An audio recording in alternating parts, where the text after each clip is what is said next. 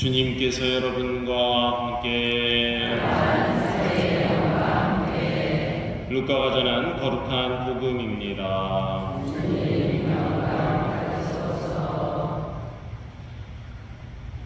그때 예수님께서는 12 제자를 불러 모으시어 모든 마귀를 쫓아내고 질병을 고치는 힘과 권한을 주셨다. 그리고 하느님의 나라를 선포하고 병자들을 고쳐주라고 보내시며 그들에게 이르셨다. 길을 떠날 때 아무것도 가져가지 마라. 지팡이도 여행 보따리도 빵도 돈도 여보로또 지니지 마라. 어떤 집에 들어가거든 그곳을 떠날 때까지 거기에 머물러라. 사람들이 너희를 받아들이지 않으면 그 고을을 떠날 때 그들에게 보이는 증거로 너희 발에서 먼지를 털어버려라. 제자들은 떠나가서 이 마을 저 마을을 돌아다니며 어디에서나 복음을 전하고 병을 고쳐 주었다. 주님의 말씀입니다. 그리스도님 찬미합니다. 앉으십시오. 희망의 순례자, 네, 만수일동 공동체 여러분, 오늘 미사 분위기가 좀 확 틀리네요. 여기 딱 38선 거갖고 여기 이쪽 가운데로 딱 잘라서 여기 이남 이북 이렇게 된 것 같이 어떻게 누가 이렇게 시켰어요? 여기 딱 잘라서 하더라고요. 그러네요. 약간 자연스럽지는 않지만 어쨌든 앞쪽으로 많이 와서 앉아 계십니다. 네, 그래서 그런지 이렇게 뵈니까 뒤쪽에 사람이 보니까 한 25명 정도 들어오신 것 같아요. 여기서 보니까요. 네. 자, 오늘 수요일, 오늘 미사 제자들을 파견하고 제자들이 나가서 활동하는 그런 모습을 우리에게 들려주고 있어요. 우선 오늘 지금 10시 9분인데 9월 25일 수요일 이 시간에는 세 종류가 있다고 합니다. 몇 가지요? 세 가지. 인간의 시간표. 우선 시간은 인간의 시간이 있는데 이 인간의 시간은 이는 과거를 살아가는 것이에요. 결코 지나간 시간들이 현재보다 하나도 나은 것이 없음에도 불구하고 인간은 과거를 미화시켜 그리워하고 후회하며 사는 것이죠. 왕년에 나도 제법 떵떵거렸는데 하고 허풍을 떨기도 하고 현재에 성실하지 못한 채 후회하며 과거를 자꾸 되뇌이는 겁니다. 과거를 사는 것이죠. 왕년에 내가 말이야, 내가 젊었을 때, 옛날에는 그때는 내가 돈 잘 벌었는데 그때는 식구가 그냥 깨끗하고 배고 같아갖고 뭐 이런 얘기 하는 거죠. 네. 과거 요거를 좀 신학적으로 얘기를 하면은 그 이집트 종살이를 하던 이스라엘 백성이 광야 생활을 하면서 자꾸 뒤를 돌아보는 거예요. 그래도 그 이집트 생활할 때 그래도 그 가마솥에 고기 국물이라도 끓고 그거라도 좀 이렇게 냄새라도 맡고 그랬었는데 이게 무슨 고생이야. 그러면서 자꾸 종살이 하던 때를 이집트로 자꾸 회상을 하는 거죠. 앞으로 나아가야 되는데 나가지 못하고 왕년에 과거에 여기에 머물러 있게 되는 겁니다. 이것이 인간의 시간표라고 해요. 두 번째로는 마귀의 시간이 있는데 이는 오지도 않는 미래를 걱정하기도 하고 현재를 미래로 자꾸 떠넘기며 사는 것입니다. 그러니까 달콤한 게으름의 목소리가 자꾸 귀에 속삭이는 것이죠. 내일해. 조금 이따가 해. 오늘 안 해도 되잖아. 오늘 한다 그래. 내일 하면 어때? 새처럼 많은 것이 시간인데, 새털처럼 많은 것이 시간인데 하면서 끊임없이 무엇이든 자꾸 내일로 미루게 하는 그런 게으름의 시간표가 바로 마귀의 시간표라고 합니다. 내일 하자, 이따가 하자, 조금만 더 쉬었다가 하자, 이렇게 자꾸 미루는 것이죠. 그리고 세 번째는 바로 하나님의 시간표인데 이는 지금 바로 이 순간 오늘을 사는 것입니다. 오늘 이 자리에서 이 미사에 내가 아주 진심으로 임하는 것이죠. 뭐 집에 뭐 두고 왔나 뭐 했나 뭐 과거를 걱정하거나 이따가 뭘 해야 되는가 막 이런 걸 생각할 것이 아니라 지금 여기에 무엇을 하고 있든 그 순간에 최선을 다하고 그 순간 하고 있는 일에서 기쁨과 보람을 찾는 것입니다. 지금 하는 것에서 재미를 느껴야 한다는 것이죠. 파견된 이들, 사도들은 시간을 어떻게 활용했을까요? 오늘 한번 이 복음 말씀을 여러분 되뇌어 보십시오. 일단 오늘 복음 말씀 12사도의 역할을 명료하게 드러내는데요. 이제 예수님으로부터 파견된 이 12은 독립적으로 선교활동을 나섭니다. 하나님의 다스림이 옮겨왔으니 지금이 바로 복음을 선포하고 병자들을 고쳐줄 타이밍임을 제자들은 깨닫게 됩니다. 그러면서 예수님은 이제 제자들에게 보내면서 지침을 내리죠. 아무것도 지니지 말고 길을 떠날 것을 명합니다.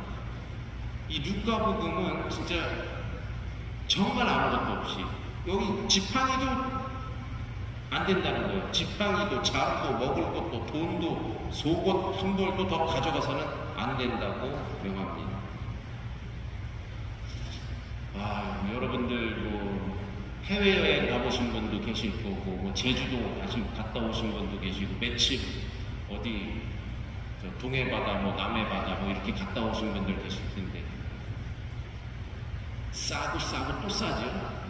그래갖고 여행 갔다 오면은 한 번도 안 꺼낸 것들도 있어요. 이거 그냥 걱정돼갖고 속옷도 더 많이 가져가고 다 많이 가져가는데 안 꺼낸 것도 그대로 갖고 온 것도 있고 그렇습니다. 여행을 아무도 안 다니신 표정이네요. 얼굴 표정이.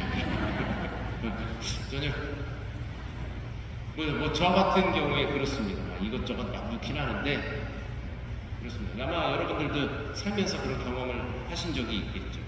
여기서 또 하나 좀 재미있는 건요. 이 누가복음은 진짜 아무것도 가지고 가지 말라 그러는데 마르코복음은 조금 뭐 같은 내용인데 마르코복음은 여기 우리 어머니 아버지들 중에 저기 이거 들고 오시는 분 계시죠? 이거 짚고 오시는 분 지팡이 짚고 오시는 분들 계시죠? 뭐 대답하라는 얘기는 아니에요. 그렇습니다. 마르코복음은 지팡이는 들고 가는데요. 그것도 참 재밌죠? 지팡이 외에는 아무것도 가지고 가지 마라. 이렇게 마르코는 그렇게 얘기하는데 누가는 지팡이가 섭섭하죠. 지팡이가 이렇게 있어야 돼요. 어쨌든 그렇게 하나도 가져가지 말라는 그런 얘기를 합니다. 마르코복음 6장하고 비교가 되는 그런 부분이긴 해요. 그렇습니다. 이는 당시 아마 그때 당시에는 예수님 시절에는 그런 사람들도 꽤 있었던 모양이에요. 이렇게 뭐 유랑 철학자라고 그럴까요? 좋게 얘기하면 우리 무슨 도사님들처럼 이러고 다니는 사람들도 있었던 거예요. 예수님 시대에 뭐 뭔가를 이제 철학적인 그런 것을 얘기하면서 이렇게 여행을 다니면서 뭐 설교를 하고 그런 사람들도 있었던 것 같아요. 그런 사람들은 다뭐 배낭 메고 지팡이 메고 이러고 다 다녔던 것이죠. 그래서 그런 사람하고도 좀 구별짓기 위한 그런 뜻으로 말씀하신 것도 있겠다 하는 그런 해석도 있습니다. 여벌 옷도 지니지 말고 가라. 그러면 뭐 그냥 근데 이거는 옛날 개념하고 오늘날 개념하고 좀 달리 생각해야죠. 요즘 같으면은 그러면 뭐 속옷도 갈아입지도 않고 계속 그것만 입으라는 거야. 어쩌라는 거야. 뭐 그렇게 이해하시면 안 되고 그러니까 위생적인 그런 차원에서 생각할 것이 아니라 파견되는 선교사로서 어떠한 애착이나 미련도 갖지 말라는 그런 이야기인 것이죠. 주님의 이름으로 복음을 선포하기 위해서 낯선 곳에 파견되는 이는 또한 욕심도 없는 내가 아닌 무아의 경지에서 떠나야 한다는 그러한 숭고한 표현이 되겠습니다. 더욱이 파견된 선교사는 이 집 저 집 떠돌아다니지 말고 한 곳에 머무르라고 얘기합니다. 요 집에 갔는데 불편해. 막 식구들도 많고 이 두루놓는 침대도 막 불편하고. 그러면 이제 다른 집에 갔다 보니까 이 집이 나은 것 같아. 그러면은 그 집으로 옮기고 싶은 마음이 들겠지. 그렇죠. 더 나은 곳을 가고 싶죠. 숙소가 마음에 안 들어. 아유, 그럼 더 좋은 데를 찾아가고 싶은. 더 좋은 곳을 찾아서 기웃기웃 거리지 말라는 얘기죠. 아유, 나를 한대준 집에 갔는데 이 집보다 오늘 내일 방문한 집에 갔더니 이 집이 더 부잣집이고 좋다. 그러면 아, 이 집에 가서 좀 줘야 되겠다. 이런 생각을 하지 말라는 것입니다. 더 편하고 좋은 곳을 찾지 말라는. 그래서 그 불편함을 좀 감수하는 그런 정신으로 가라는 이야기입니다. 만수인들이 최고죠. 그죠? 오늘 좀 이렇게 약간 안 되네, 이게. 네. 그러니까 저희 같은 이제 뭐 수도자나 사제들도 어디로 파견되고 몇 년씩 있기도 하고 그러잖아요. 다른 데랑 비교하고 만수 이동하고 만수 삼동하고 비교하고 아 저희가 더 좋은데 저 집에 가야 되는데 이런 생각, 인간적으로 가질 수 있는 그런 생각으로부터 자유로워지라는 그러한 얘기죠. 만수 1등이 최고예요. 저쪽에서 맞아요 그러신 분, 그래도 이렇게 반응해 주셔서 고맙습니다. 그렇습니다. 비교.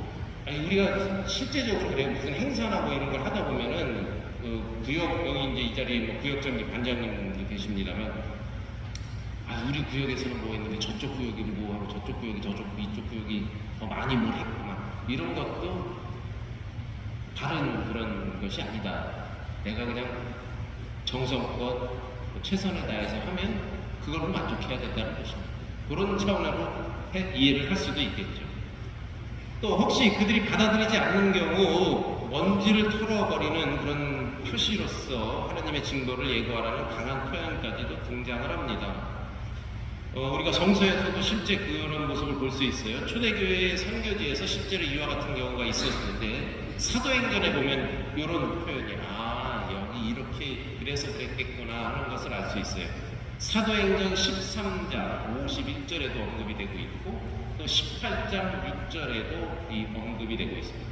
예수님의 입을 통해서 말씀하셨던 것이 사도들의 행동을 통해서 그대로 드러나는 것이죠.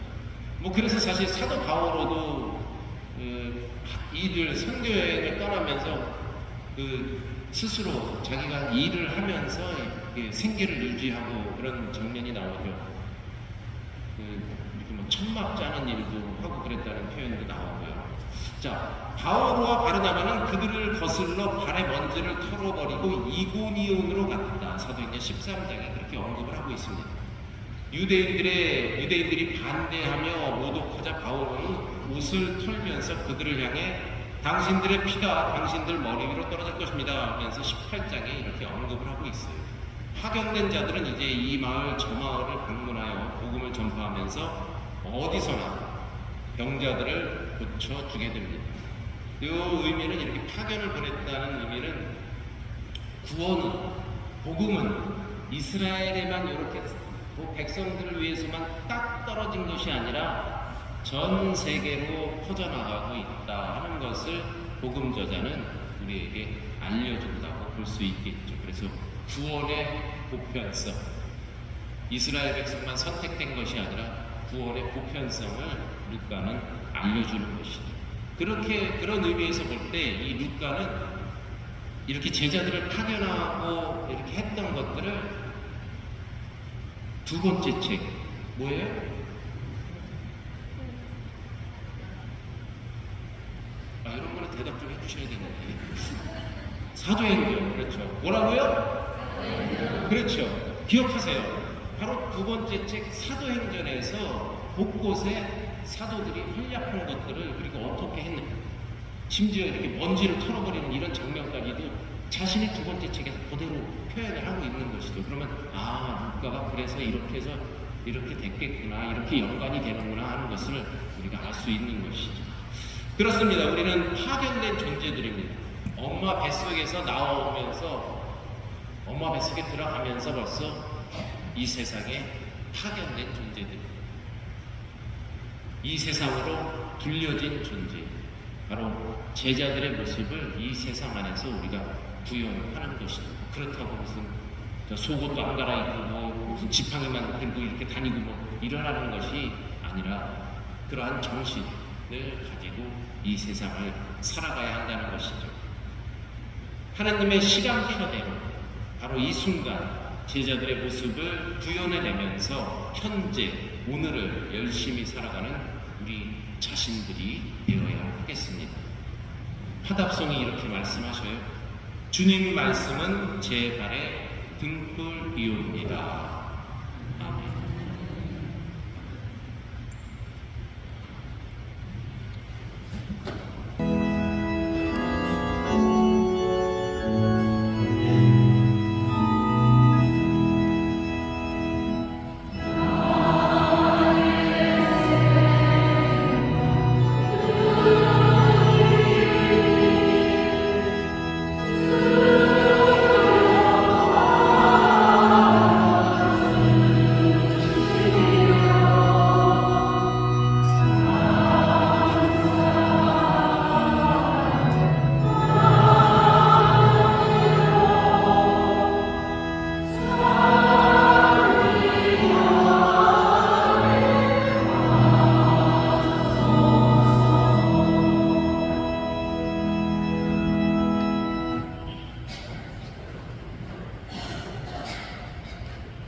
공주 여러분, 우리가 바치는 이 제사를 전능하신 하나님 아버지께서 기꺼이 받아주시도록 기도합시다.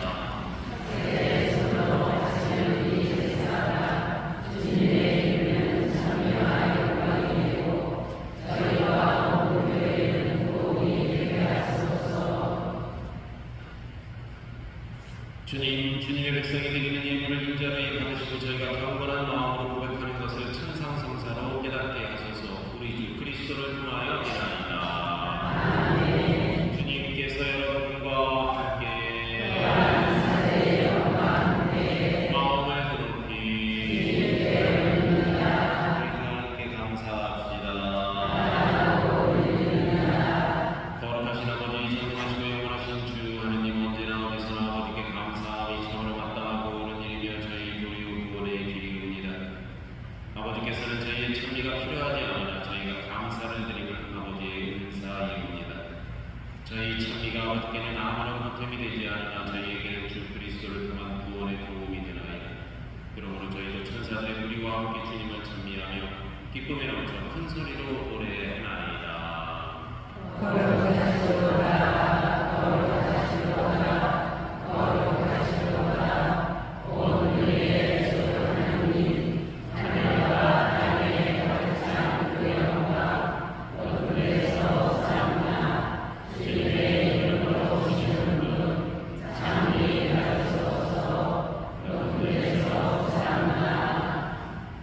거룩하신 아버지, 아버지께서는 모든 거룩함의 셈이시옵니다. 간과하오니 성령의 힘으로 이 예물을 거룩하게 하시어 우리 주 예수 그리스도의 몸과 피가 되게 하소서. 스스로 원하신 시간이 다가오자 예수님께서는 빵을 들고 감사를 드리신 다음 쪼개어 제자들에게 주시며 말씀하셨나이다. 너희는 모두 이것을 받아 먹어라. 이는 너희를 위하여 내어줄 내 몸이다.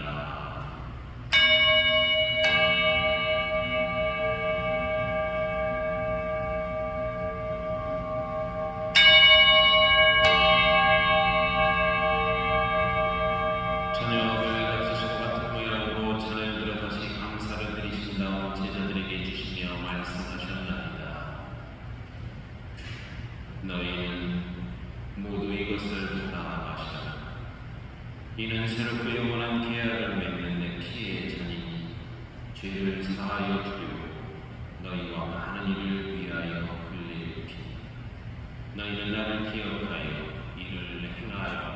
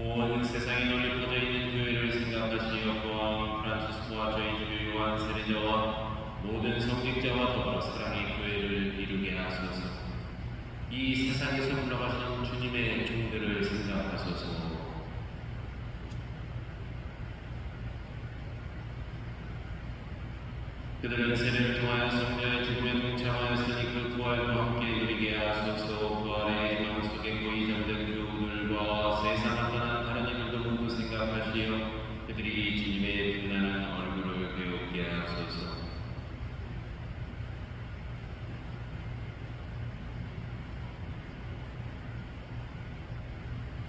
저희에게도 자비를 베푸시오. 영원으로부터 주님의 사랑을 받는 하느님의 어머니 복되신 동정 마리아와 그 베풀이신 성령 요셉과 복된 사도들과 모든 성인과 함께 영원한 삶을 누리며 성자 예수 그리스도를 통하여 아버지를 찬양하게 하소서. 그리스도를 통하여 그리스도와 함께 그리스도 안에서 성령으로 하나 되어 전능하신 천주 성부 모든 영예와 영광을 영원히 받으소서. 아멘. 하나님의 자녀들 세주의 분부대로 성가하리니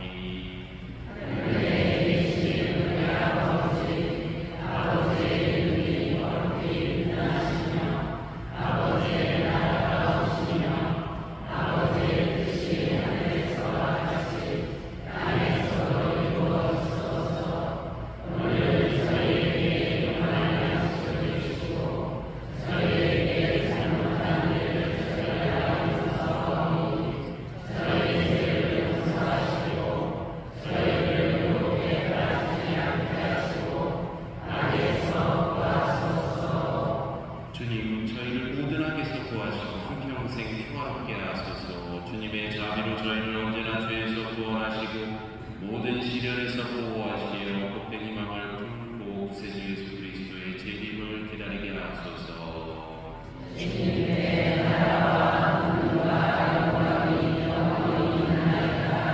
주 예수 그리스도님 일찍이 사도들에게 말씀하시기를 너희에게 평화를 두고 가면 내 평화를 주노라 하셨으니 저희의 죄를 헤아리지 마시고 교회의 믿음을 보시어 주님의 뜻대로 교회를 평화롭게 하시고 하나 되게 하소서. 주님께서는 영원히 살아계시며 다스리시나이다. 아멘. 주님의 평화가 항상 여러분과 함께 평화의 인사를 나누십시오.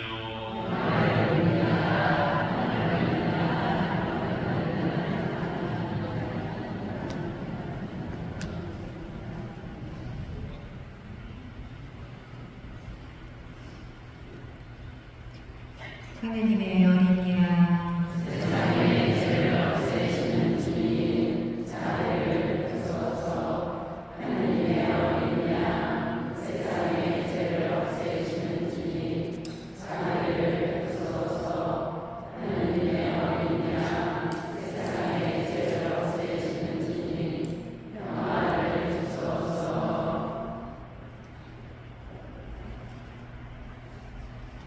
보라, 하나님의 어린 양 세상의 죄를 없애시는 분이시니 이 성찬에 초대받은 이는 복되도다.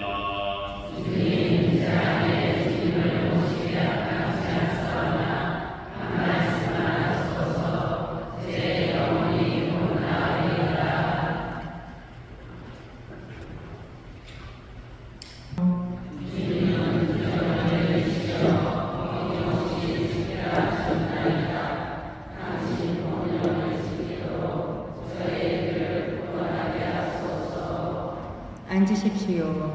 성채성가 170번입니다.